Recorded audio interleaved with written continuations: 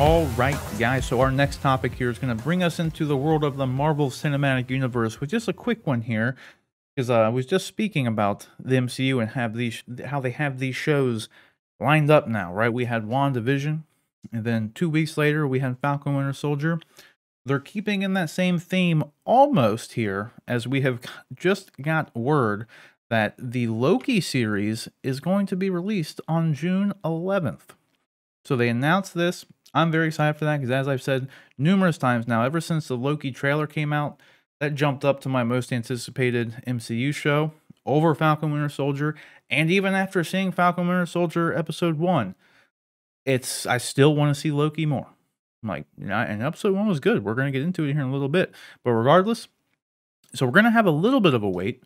We were talking about this before. Like, Falcon Winter Soldier is unfortunately only going to be 6 episodes long. So we're not going to have 2 months and a week's worth of Falcon Winter Soldier, with these weekly releases. We're only going to have a month and a half.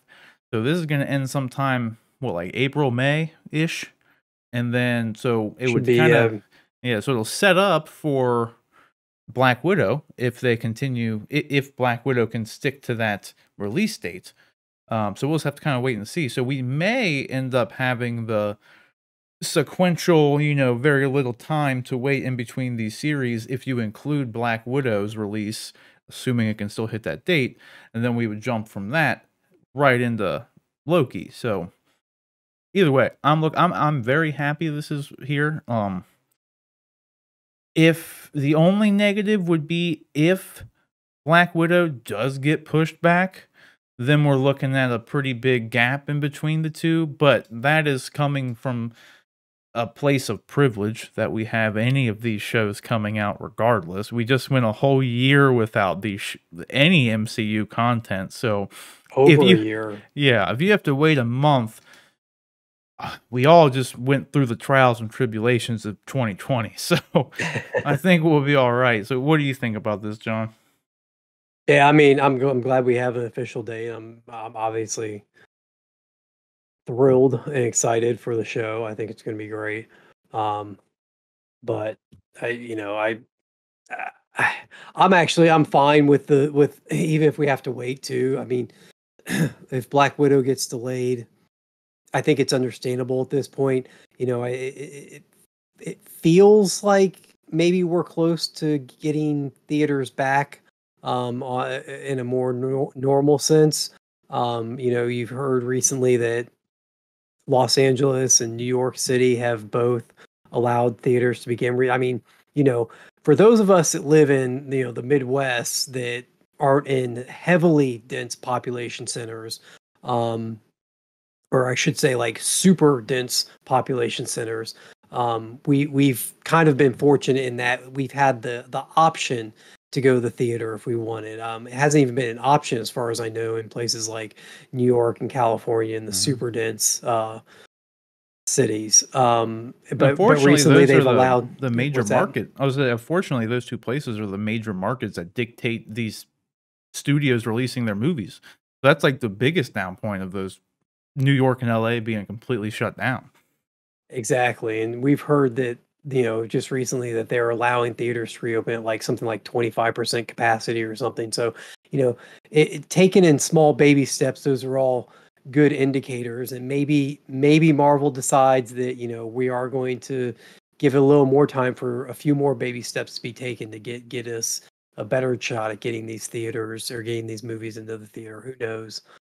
But, Loki looks, Tom Hiddleston's he's such a good actor, but he's especially it's like this role was made for him. Just as we've talked about before, Marvel does such a great job with casting. Just as Robert Downey, Iron Man, and Tony Stark were made for Robert Downey Jr., Loki and Tom Hiddleston just are perfect together. After losing him at the beginning of Infinity War and then getting him back in Endgame and having a chance to see where they take the character too, because as much as we know Loki, as much as we know the character from the MCU, this is kind of a different character. This is a character, that only went through phase 1 of the MCU. So who knows where they're going to end up taking him. He doesn't have the character growth and development that you got with the Thor, the rest of the Thor Ragnarok and the rest of the MCU movies. So, yeah, it's exciting, and it's all things considered, it's just around the corner. I mean, we're getting close to the end of March here. We've got April, May, and then it will be here. Yeah, it's actually you bring up a good point though too, like because this is a different Loki, and it's going to be curious. I'm curious anyway. It's going to be interesting how how they handle that. Like, are they going to really lean into like the fact that this is in a phase one Loki who hasn't gone through the death of his father and had all this bonding with his brother, and like made all these big this character growth. I mean, when we meet him in Infinity War, he's a good guy, at that point. Like Sure. he's not a bad guy anymore. Like he just went through everything in Thor Ragnarok with his bro, and like they're in a good place together, like on the ship. Like he tries to kill Thanos. Like he's a good Hmm. guy. But this Loki is not that Loki. So I wonder if they're gonna lean into that. Are they gonna like, since he's gonna be doing the stuff with the time variance authority, are they just gonna like download all that information into his head, or are they still gonna be in like this other time frame and actually like play with that? You know what I mean? It's gonna be interesting to see. Because like they could do so much with it, with him being kind of a character that is like out of time now, but is also like working with the time variance authority. So like I don't know. I'm super interested in where they're gonna go with the show. And I think that's why it's like the most intriguing one to me, is because like I just don't know. Kind of like Yeah. WandaVision. Like I just don't know where they're going. And Owen Wilson's in it, and I love Owen Wilson too. So I'm excited for that. But I'm right.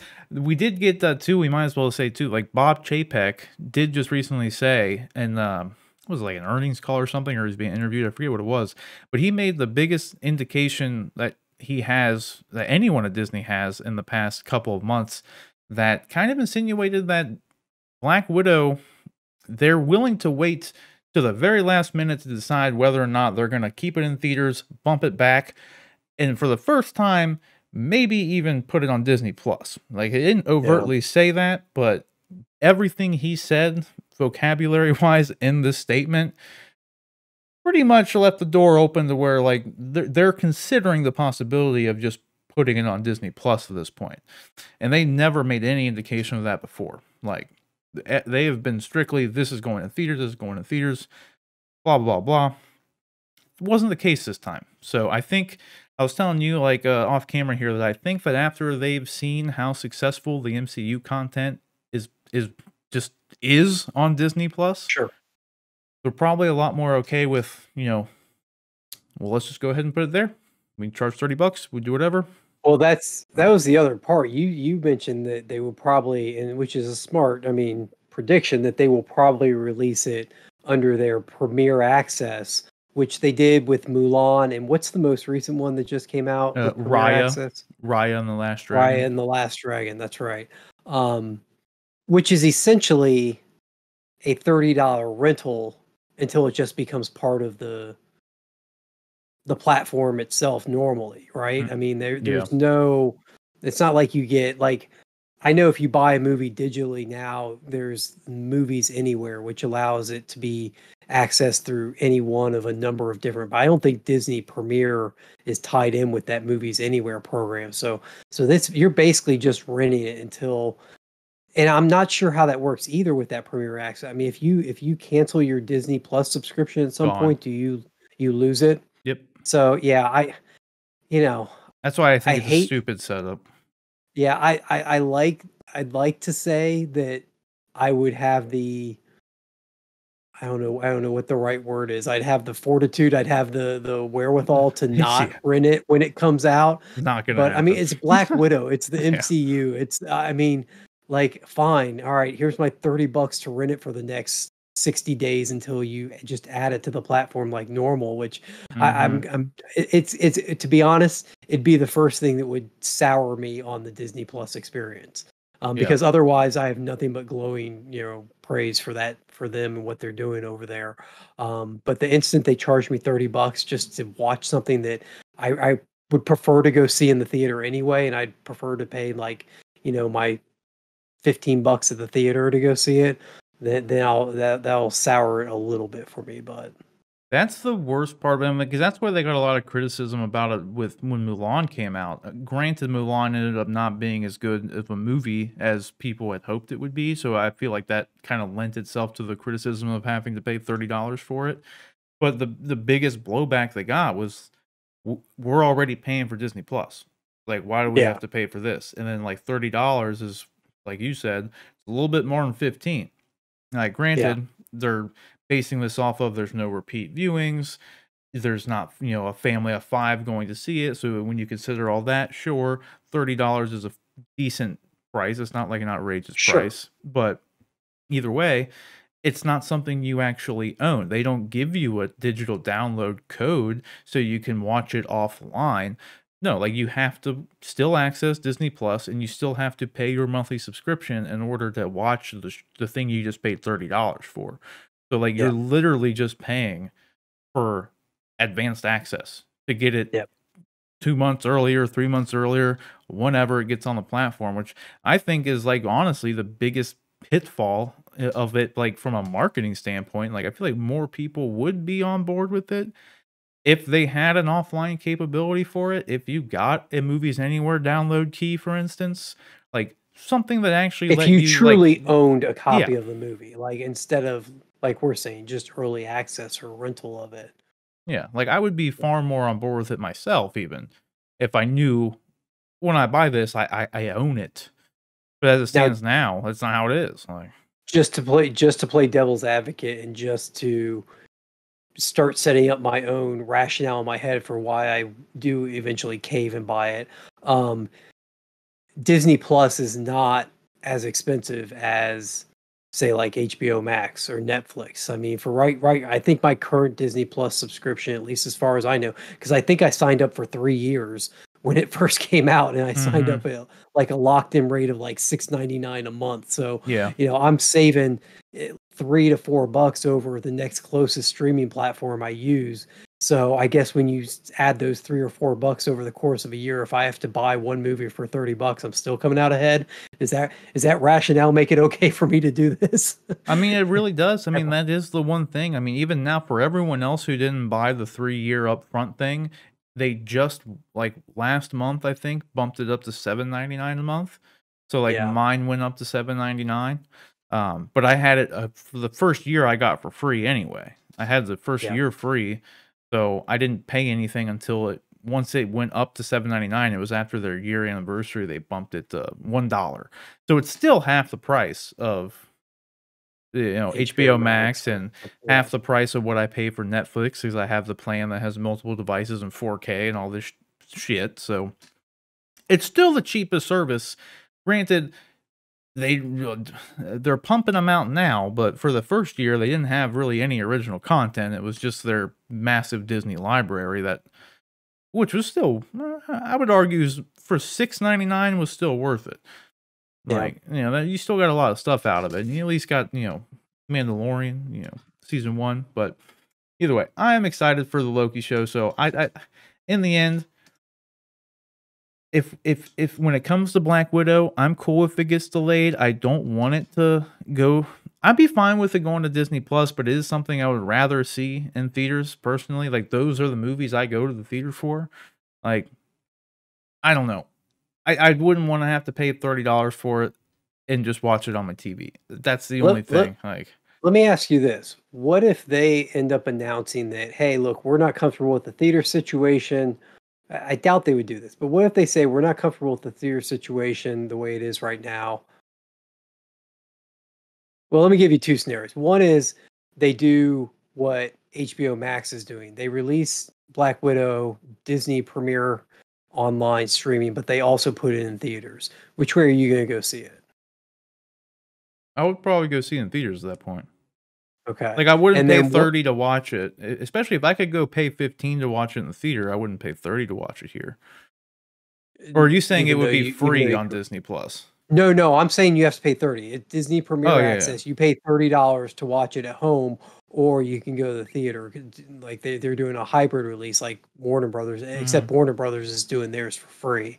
So there's that option. Or what if they say like you $30 Premier Access charge and you get it now, or you can wait 3 months, and then we're going to actually do a theatrical release. What if they announce a theatrical release, but because of the pressure that they're under or whatever, they do a premiere access early? Do you wait for the theatrical, or do you go ahead and bite the bullet and do the early access? I would argue this. Like, obviously, I would at that point just do the premiere access, Would you? mainly because Okay. of the spoiler stuff. But I would say, Yeah, in relation to that, since this is a prequel, I don't really know how much spoiler stuff there would be for the overall MCU. Like, if you're looking for, retaining spoiler free for the big overall picture, you'd probably be sure. fine. Like, how much did Captain Marvel spoil anything? Exactly. Like, I don't think this When is it's gonna yeah, spoil anything. You're only gonna be spoiled of this movie. So, sure. there's this would probably be the best one to do that with. Like, because it's not gonna have any, like, ramifications really. Presumably, I mean, you never know. Potentially could, but I think the cat's already kind of out of the bag that Florence Pugh's character is gonna be showing up in more stuff later on. So, that's really we already know that, so you don't even have to see the movie Yeah, to realize that's happening. So, I don't know. There's no way I would wait to see it. Like, if the option's there, I would just yeah, watch it and, like, I don't know. I'd rather see it in the theater, but if I can't see it in the sure. theater, I'll watch it on Disney Plus and just deal with it, Even though I Yeah, really don't wanna pay $30 for it. Like, that'd be the only thing. But yeah, either way, we'll just have to wait and see what they do.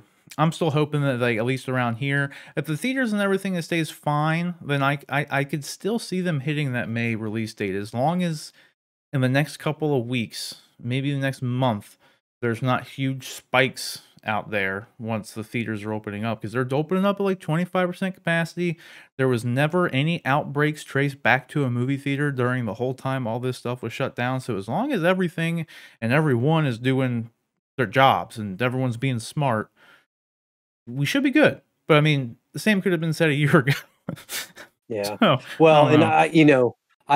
I bought a ticket to go see Kong versus Godzilla, and they're still doing all the social distancing protocols and everything, Mhm. even with the vaccine being out there now and people starting to get in, it becoming, a little in cases somewhat on the decline. Like, they're still doing the social distancing and stuff. So, um, it will be interesting to see how long that those protocols stay in place. I gotta figure those are going to stay in place through the better part of this year. Mhm. So I don't know if Disney's going to do some hybrid release, like where they do both the premiere access and in theaters, just because you're losing seating capacity, releasing it that way, or if they're going to try and push it to maybe fall when maybe they hope that seating capacity isn't as limited. Who knows? Yeah. I don't know. The option is definitely there, and like I said, Bob Chapek, he was very unclear as to what they're gonna do, but he's like I said, they're willing to wait until for pretty much May to let you know. Yeah. So, we'll just have to wait and see. Bob, I'll talk directly to Bob here. Bob, just hold the movie, just keep it in theaters. Don't send it to premiere access. If it goes to fall, it goes to fall. You've held it this long. You know that it's the MCU. You know they know what they're doing. Just Yeah. just trust Feige. Trust I Feige. honestly, I just say just push it back if they need to push it back. Yep. Keep it in theaters, push it back. I think that's in the end what they wanna do. I think, like I said, the only thing that is making them begin to question it is just how they see how successful WandaVision was and Falcon Winter Soldier was, so they're like, "Why not just throw this on there too then?" Like, that's the only And thing I think that's kind of wrenching their thought process. and let's be honest here. Black Raya and Mulan are both. I guess Mulan was live action, so it might have skewed towards an older audience.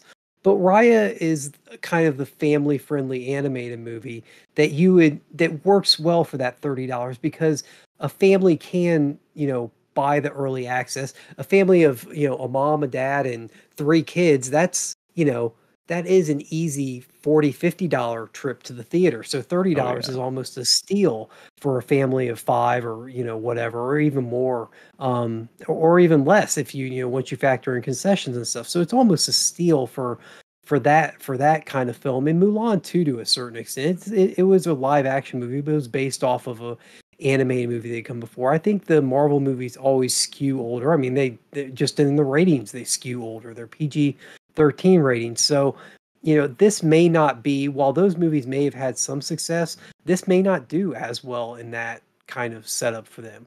Or it may do better. Heck, what do I know? I don't have the internal numbers, but still, I'm trying to find some reason for them to keep it off of Disney Plus for now. I'm with you. I mainly don't want it on there just because I don't want to pay. I don't want to pay to watch it on a platform I already own and just to pay $30 to watch it on my TV. It's just, I don't know. Sure. That's the Yep. worst part about it.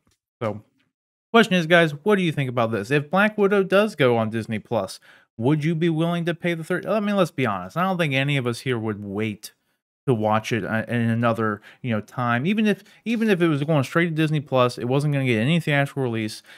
I'm pretty sure everybody would pay the premiere access first rather than wait the 2 to 3 months for this to watch it for free.